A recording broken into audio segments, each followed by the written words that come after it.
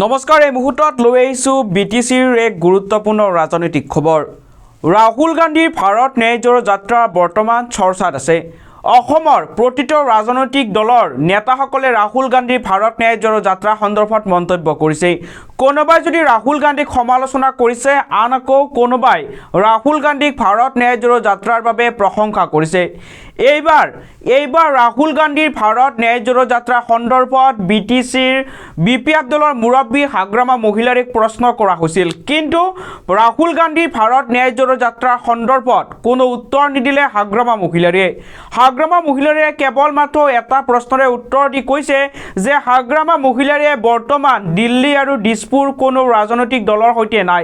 হাগ্ৰামা মহিলাৰীয়ে কেৱল মাত্ৰ BTC কেন্দ্ৰিক ৰাজনীতি কৰিব। হাগ্ৰামা মহিলাৰীয়ে কেৱল মাত্ৰ BTCক প্ৰাধান্য দিব। BTCত ক'ত কি হৈছে এই সকলোবোৰৰ ওপৰত নজৰ দিব হাগ্ৰামা মহিলাৰীয়ে। ইয়াৰ বাহিৰে দিল্লী আৰু দিছপুৰত ৰাজনৈতিক দলবিলাকে বা চৰকাৰ গঠন কৰা দলবিলাকে কি কৰিছে ইয়াক লৈ কোনো গুৰুত্ব নাই হাগ্ৰামা মহিলাৰীৰ। এই মন্তব্য কৰিছে BPF দলৰ মুৰব্বীগৰাকীয়ে। লগতে প্ৰমোদ বড়ো সন্দৰ্ভত মন্তব্য কৰি মহিলাৰীয়ে কৈছে যে প্ৰমোদ বড়োৱে কেৱল মাত্ৰ আন্দোলন কৰিব জানে। প্ৰমোদ বড়োৱে এক প্ৰকাৰ BTCখনক ধ্বংস কৰিছে বুলি মন্তব্য কৰিছে BPF দলৰ মুৰব্বীগৰাকীয়ে। এই সন্দৰ্ভত হাগ্ৰামা মহিলাৰীয়ে কি মন্তব্য আগবঢ়াইছিল সেয়া আপোনালোকক শুনাব লৈছোঁ।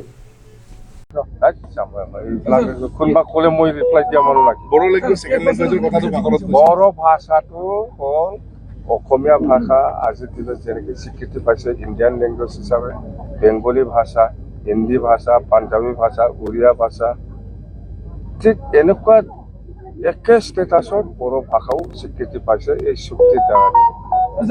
চুক্তিৰ দ্বাৰা।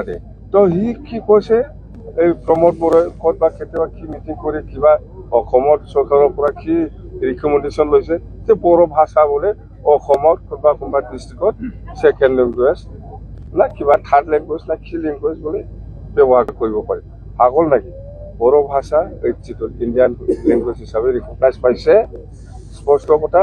ইয়াত অসমৰ বা দিল্লীৰ বা কোনোবা পাঞ্জাৱত ছেকেণ্ড লেংগুৱেজ, ফাৰ্ষ্ট লেংগুৱেজ বা কিবা ফ'ৰ্থ লেংগুৱেজ কথা নহয়। ইকুৱেল ষ্টেটাছ অসমীয়া ভাষা যেনেকৈ ষ্টেটাছ পাইছে ইণ্ডিয়াত, বড়ো ভাষাও এনেকুৱা ইকুৱেল ষ্টেটাছ পাইছে ইণ্ডিয়াত। মণিপুৰী, অসমীয়া, বেংগলী, হিন্দী, গুজৰাটী, পাঞ্জাবী, উৰিয়া একে। আমাৰটো হ'ল দিছপুৰত বা দিল্লীত কোন চৰকাৰ আহে নাহে ইয়াৰ লগত কথা নহয়। আমি দিছপুৰ পলিটিক্সৰ লগতো নাই, এতিয়া দিল্লী পলিটিক্সতো নাই। আমাৰ এতিয়া আমাৰ অভিযানটো হ'ল প্ৰমোদ বড়ো হাটাও, BTC বাঁচাও। ৰাহুল গান্ধী আহি আছে কংগ্ৰেছৰ, কিবা ইয়াত মই একো কমেণ্ট নিদিম। নাই মই আহে কোন আমাৰ খবৰ লগা একো নাই, কিন্তু আমাৰতো হ'ল অকল BTC। এতিয়া মেলা আছে UPPৰো আছে, BJPৰো আছে, মিলি আছে। এইটো প্ৰমোদ বড়োৰ কথা। ৰাইজে ক'ব, যিবিলাক জইন কৰিছে ইহঁতৰ লগত কথা পাতক, তেতিয়াহে গম পাব। মই আৰু কি ক'ম?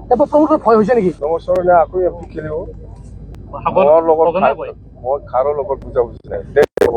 নিখিল বড়োৰ ছাত্ৰ সন্থাটো আজিতো ইয়াতে বহুত আপচু কৰা ল'ৰা ছোৱালী আহিছে, যোগদান কৰিছে, আপোনালোকে দেখিছে। আৰু অহা 13 তাৰিখত তামোলপুৰত প্ৰগ্ৰাম আছে, ইয়াতো বহুত আপচু ল'ৰা ছোৱালীবিলাক আমাৰ দলত। আপচু চেলেঞ্জটো পুৰা চেলেঞ্জ কৰিব পাৰি। আপচু আজি স্কিম মানে বিতৰণ কৰাহে এই আপচু ল'ৰাবিলাক এতিয়া স্কিমহে বিতৰণ কৰে আপচু লিডাৰবিলাক। এতিয়া কোনো বেলেগ কাম নাই। প্ৰমোদ বড়োৱে এতিয়া আমি ইহঁতে কৈছে ন বটলেণ্ড ন ৰেচ, পুলিচ কৈ পেলাই কিবা বড়োলেণ্ড আন্দোলন কৰা যায়। আমি বড়োলেণ্ডৰ কাৰণে আন্দোলন কৰিছোঁ। বহুত আমাৰ আন্দোলনকাৰীসকলে জেল হৈছে, লেংৰা লেংৰি হৈছে, বহুতে বহুত পাইছে। আছু আন্দোলনতো আপোনালোকে দেখিছে কিমান মানে আন্দোলনকাৰীসকলে জেলত যাব লগা হ'ল, কিমান শ্বহীদ হৈ গ'ল। এইটোহে আন্দোলন। ইয়াৰ আন্দোলনটো কোনো এৰেছো নাই, কেইবাও নাই। পুলিচ 10-12 জন লৈ পেলাই ন বটলেণ্ড ন ৰেচ, এইটো বিশ্বাস কৰি নেকি প্ৰমোদ বড়োৰ এই আন্দোলনটো?